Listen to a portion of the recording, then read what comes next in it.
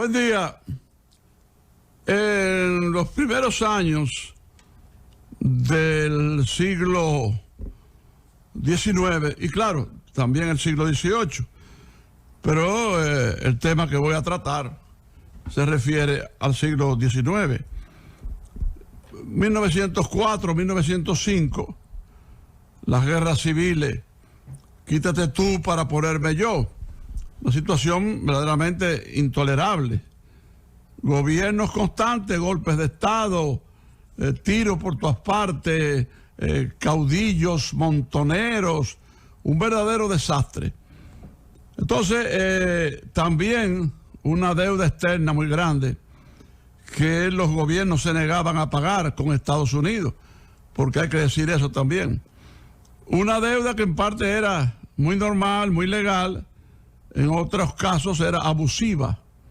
Bueno, el presidente Franklin Delano Roosevelt va a ser el siguiente Roosevelt presidente, 4 veces electo presidente.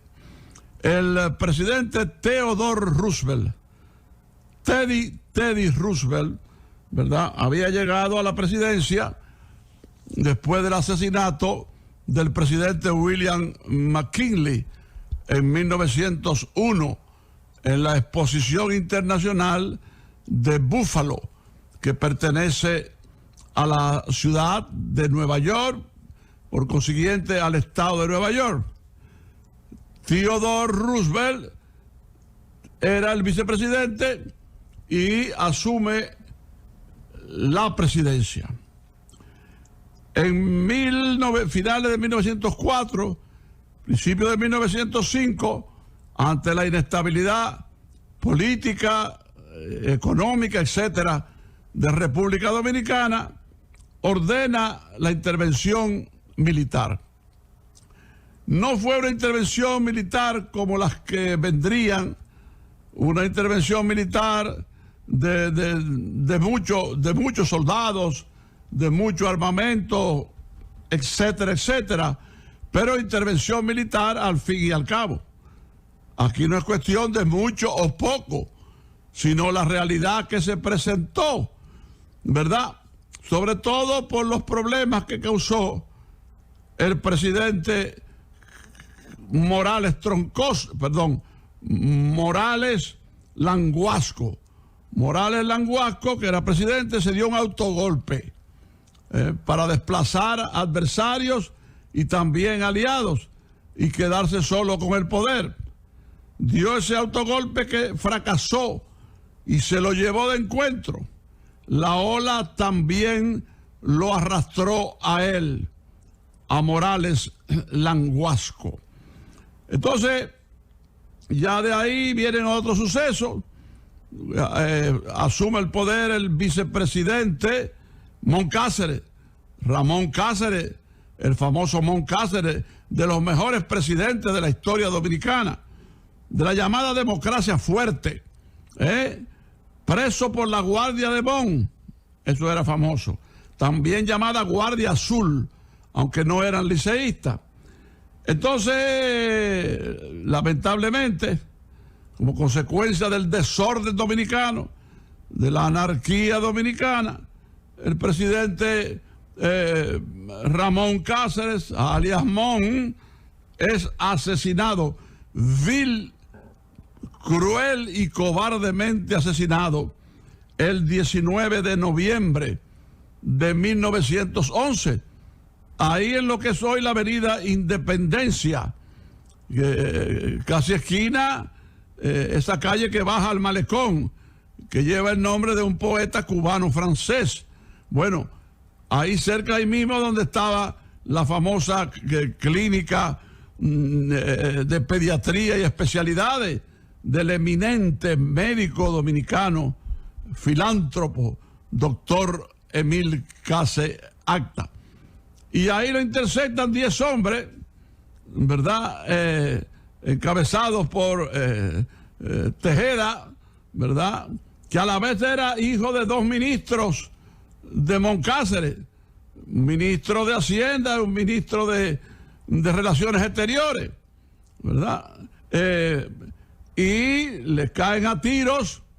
Él prácticamente solo, lo masacran, se dapea del coche, ese tirado por un caballo, esa cosa de antes, va caminando hacia la casa que está más próxima y al llegar a la marquesina se desploma y lo agarra para tratar de hacer algo. ¿Quién?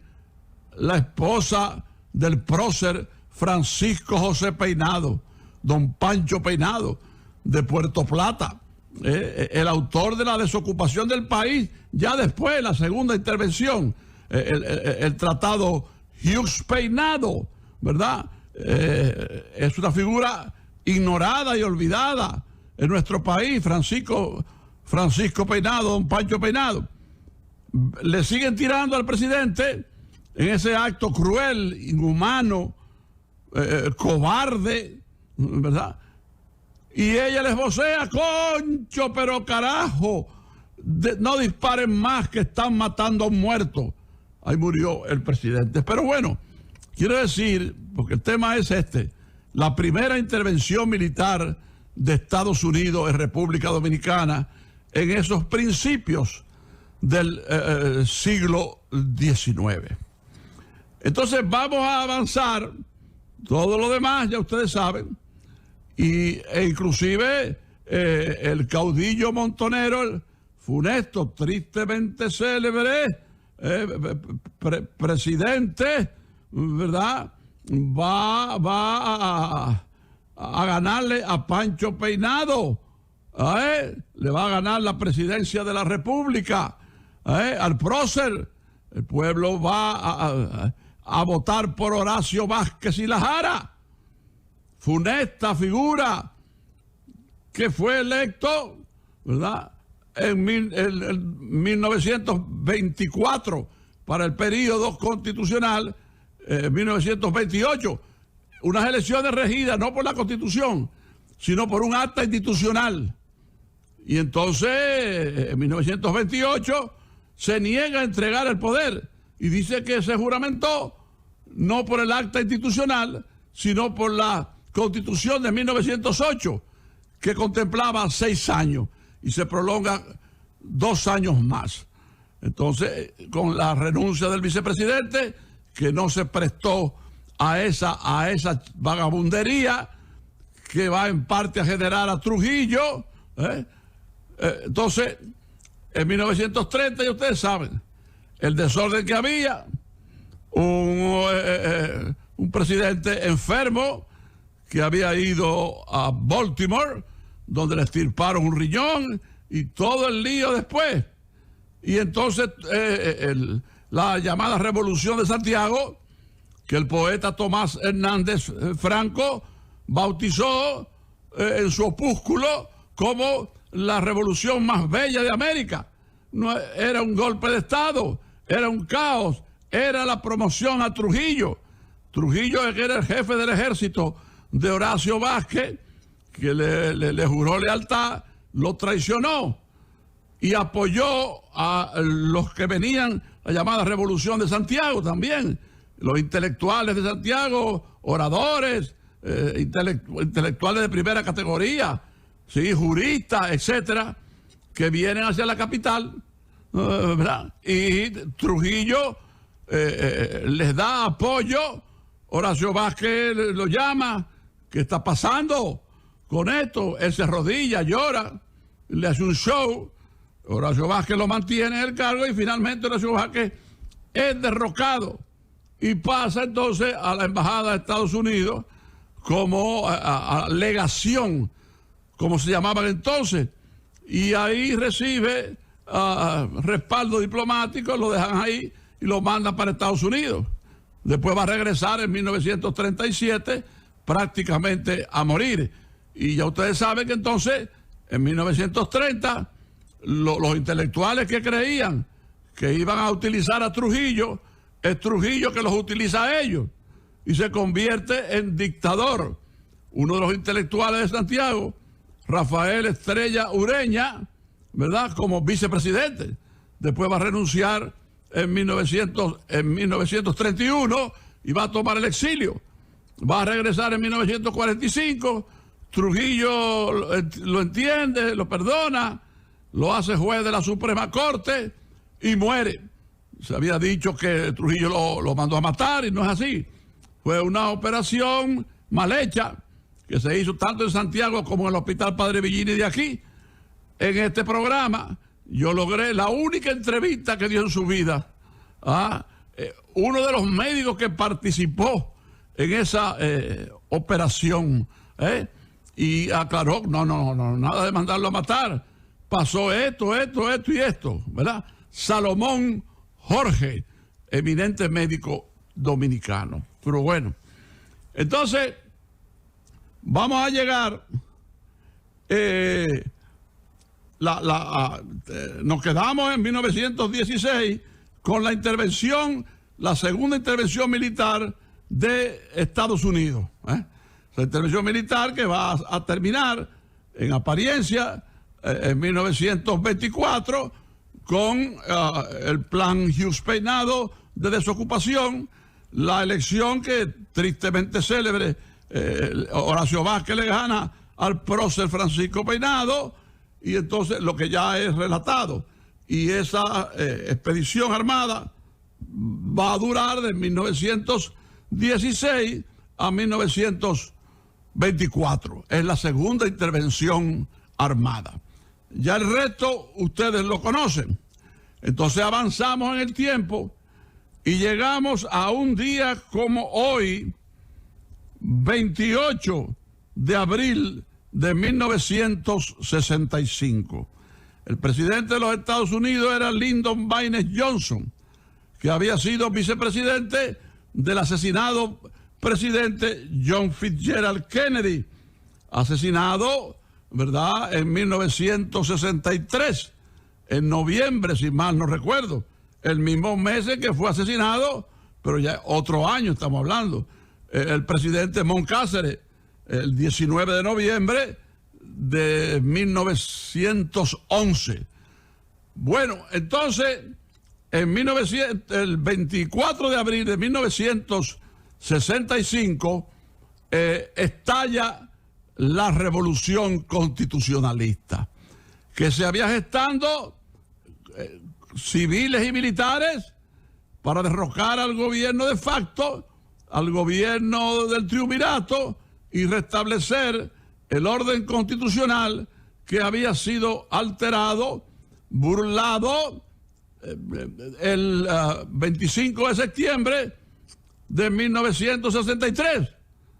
Juan Bosch, segundo Armando González Tamayo y el Partido Revolucionario Dominicano, con ellos dos, había ganado las elecciones del 20 de diciembre de 1962. Las primeras libres en 38 años. La juramentación al año siguiente, el 27 de febrero de 1963. Entonces viene el 25 de septiembre del mismo año, 7 meses más tarde, y el gobierno es derrocado, incluso traicionado por los propios jefes militares de Juan Bosch, que con el golpe de Estado se quedaron como jefes militares en sus mismos cargos que el gobierno que siguió, que el gobierno de facto.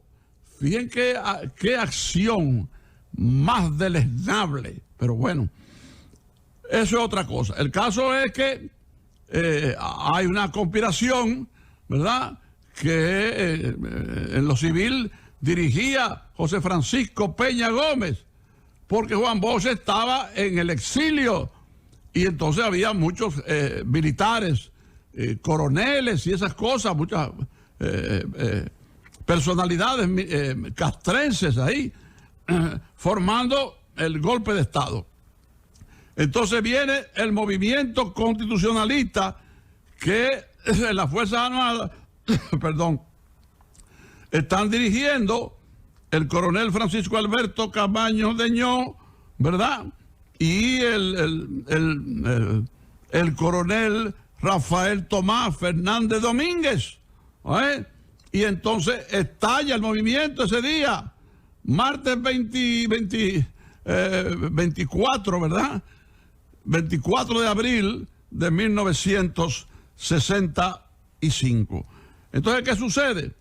Sucede y viene a ser que el movimiento constitucionalista avanza hasta ir ocupándolo casi todo, y se van uniendo otros jefes militares y otros líderes políticos, y ya prácticamente inclusive estaba casi tomada la base aérea de San Isidro, con el avance después de la victoria, la llamada victoria del puente Duarte, que dirigió el coronel Camaño. Entonces el presidente de Estados Unidos, Lyndon Baines Johnson, que repito fue vicepresidente de John Fitzgerald Kennedy y estaba metido en la conspiración para el asesinato, la trama para matar a Kennedy, en 1963 en Dallas, perteneciente al estado de Texas, en la avenida Elms. Pero bueno, y Johnson, que ya había venido aquí cuando la juramentación de Juan Bosch, el 27 de febrero de 1963, él vino como vicepresidente, representando al presidente John Fitzgerald Kennedy. Bueno, y ya es presidente y ordena la tercera intervención militar de Estados Unidos en República Dominicana. Ya hablé de la intervención de principios del siglo XIX, de la intervención del periodo 1916, 1924 y ahora 1965, para apoyar a las fuerzas que se oponían a los constitucionalistas y que ya estaban derrotadas. Bueno, esa fue la tercera intervención militar de los Estados Unidos. El comandante de las tropas de Estados Unidos era el teniente general Bruce Palmer, hombre de mucha preparación, mucha capacidad, pero con deseos de destruir. Inclusive hizo un papelazo y lo reconoce en sus memorias. ¿Qué pasó? Bueno, en medio de muchos combates, la fuerza constitucionalista enfrentando no solo a las Fuerzas Armadas contrarias, las dominicanas contrarias a ellos, sino a la fuerza de la primera potencia del mundo. Y el presidente Johnson le pide a Palmer que termine la situación. Y Palmer le dice que le dé 2 días para dominar a los constitucionalistas. 15 y 16 de junio, que se produce un bombardeo de ablandamiento en la zona constitucionalista por parte de la fuerza de Estados Unidos, y después el avance.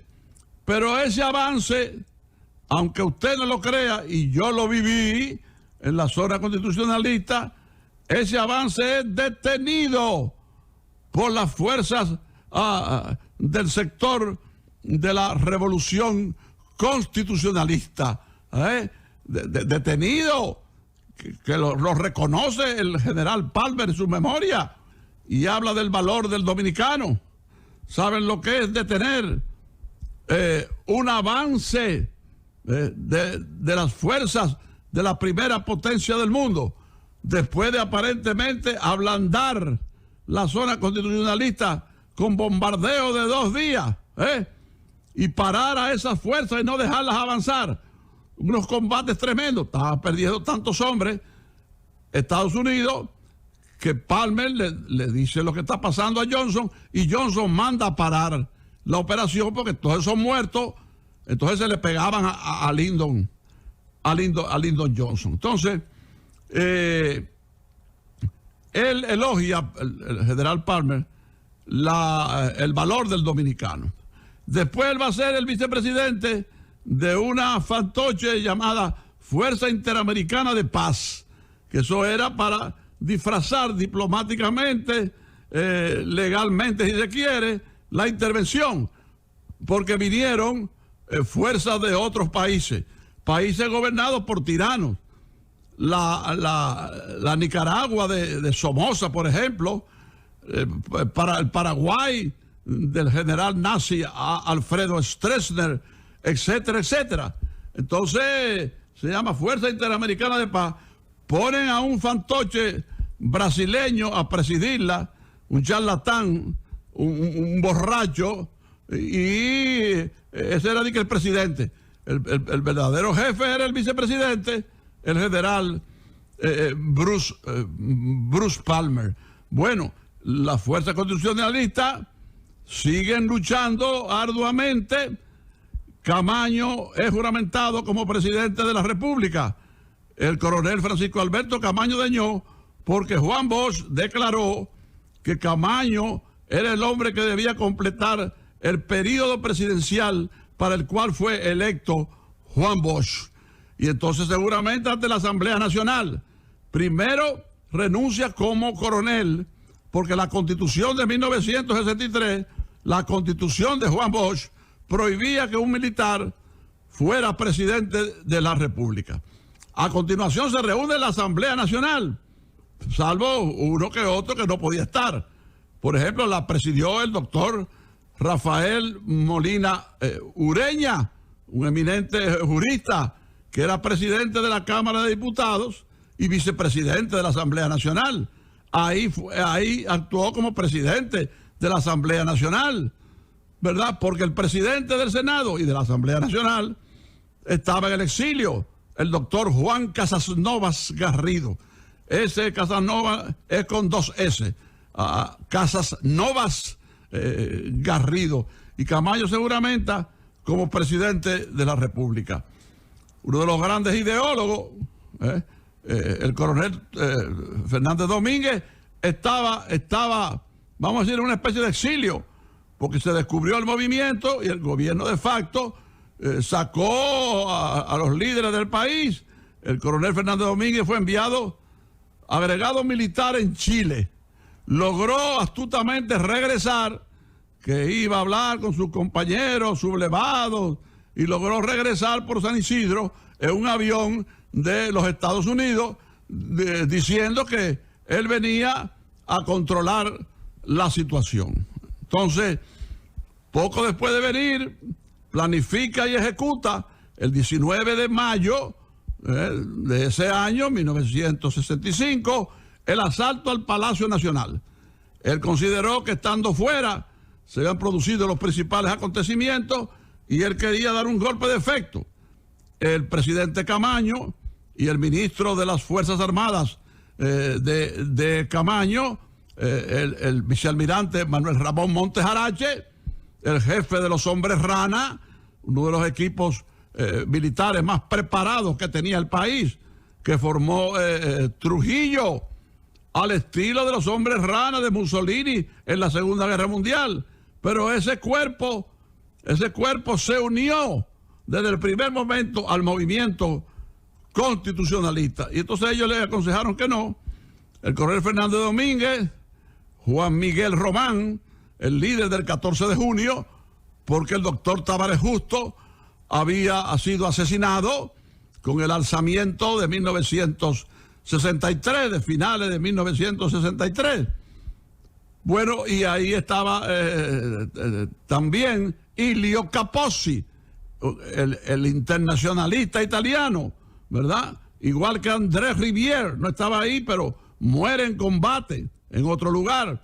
Capozzi muere ahí, ya había saltado a la verja del Palacio Nacional y le dieron 36 balazos.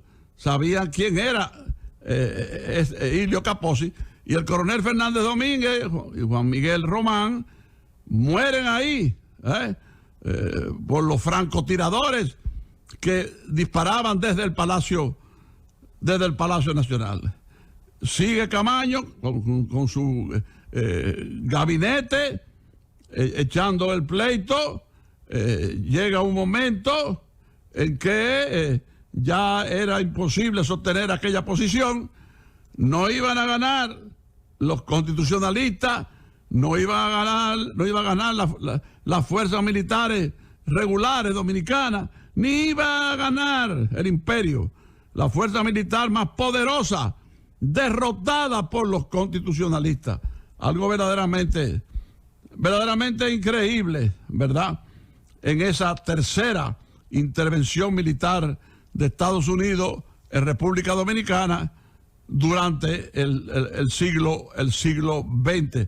Ya ustedes saben el resto, ¿verdad? Ya ustedes conocen lo que pasó después con aquel regreso innecesario con 6 compañeros más, el coronel Camaño, desde Cuba. Bueno, en fin, se frustra el movimiento constitucionalista, pero le da una lección al mundo de un valor extraordinario, de una fuerza extraordinaria, de un temple extraordinario.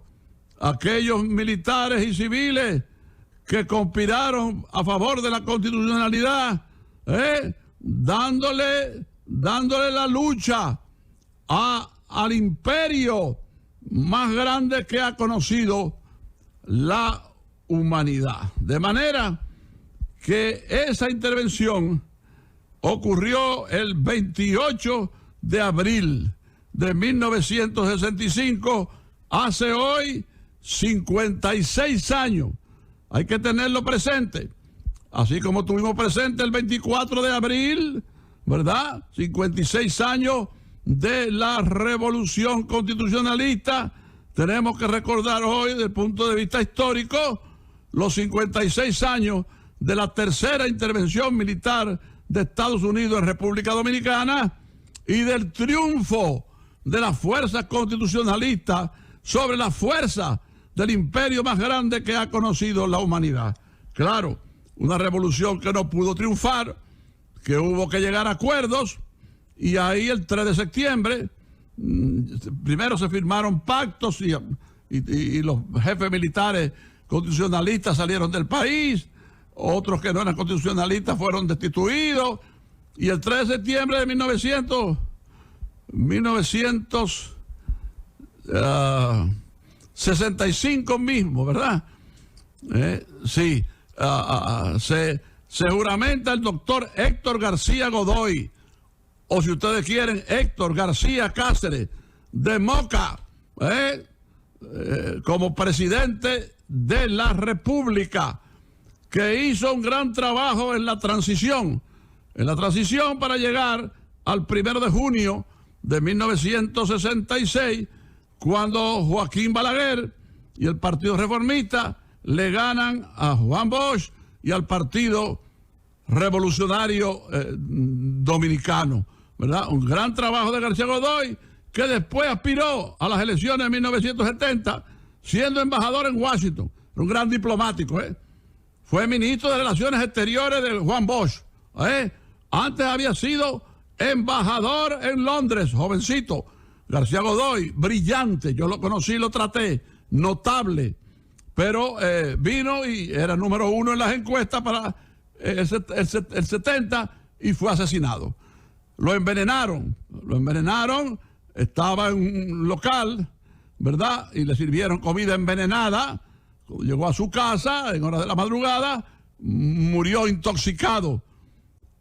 Héctor García Godoy, alias El Peje. Así es que he querido decir algo relacionado con la tercera intervención militar de Estados Unidos aquí, el 28 de abril de 1965, hace hoy 56 años. Que no vuelva a haber jamás golpe de Estado, que no sea necesario otra revolución, que no sea necesario una acción militar, que no sea necesaria una cuarta intervención militar de Estados Unidos en los asuntos internos del país. El país se ha fortalecido, no hay duda. El país se ha estabilizado. El país tiene hoy un gobierno constitucional y democrático, presidido por quien desde ya se perfila, o lo es, uno de los mejores presidentes que ha tenido el país, que yo bauticé como el presidente que trabaja, sin lugar a duda, demostrado con los hechos, el doctor Abinader Corona. De manera que no hay en el ambiente nada que pueda alterar el ritmo que llevamos de procesos electorales, con o sin trauma, el ritmo que llevamos con juramentación de presidentes constitucionales, como el caso más reciente de Luis Abinader, ¿verdad? Y el país estabilizado, el país al margen de conspiraciones civiles, militares, cívico-militar, etcétera. Eso es algo extraordinario que debemos preservar después de aprender las lecciones que nos ha dado la historia a través inclusive del propio siglo XIX, a través del propio siglo XX, del siglo XIX y claro, del siglo XX, y ahora en un siglo XXI que lo que está azotado como el mundo entero por esta pandemia. Pero tenemos una estabilidad que debemos mantener, ¿verdad? Pero la parte histórica no puede ser ignorada. Por eso no puede ser ignorado el hecho de que un día como hoy, el 28 de abril de 1965, se produjo la tercera y mayor, quizás, intervención militar de los Estados Unidos en la República Dominicana. La del 16 al 24 fue más tiempo, pero esta fue más cruel, esta fue más sangrienta. Así es que, dominicanos, a preservar el orden constitucional, a preservar la paz, a evitar nuevos choques y a evitar sobre todo luchas fratricidas, luchas entre hermanos. Y entonces yo digo lo siguiente, un día como hoy, ¿verdad?, es un día de luto. Por eso no pedí que pusieran el himno. Debieron poner un Padre Nuestro, porque hoy es un día histórico que hay que recordar y ponderar, pero es un día en que se mancilló el suelo patrio.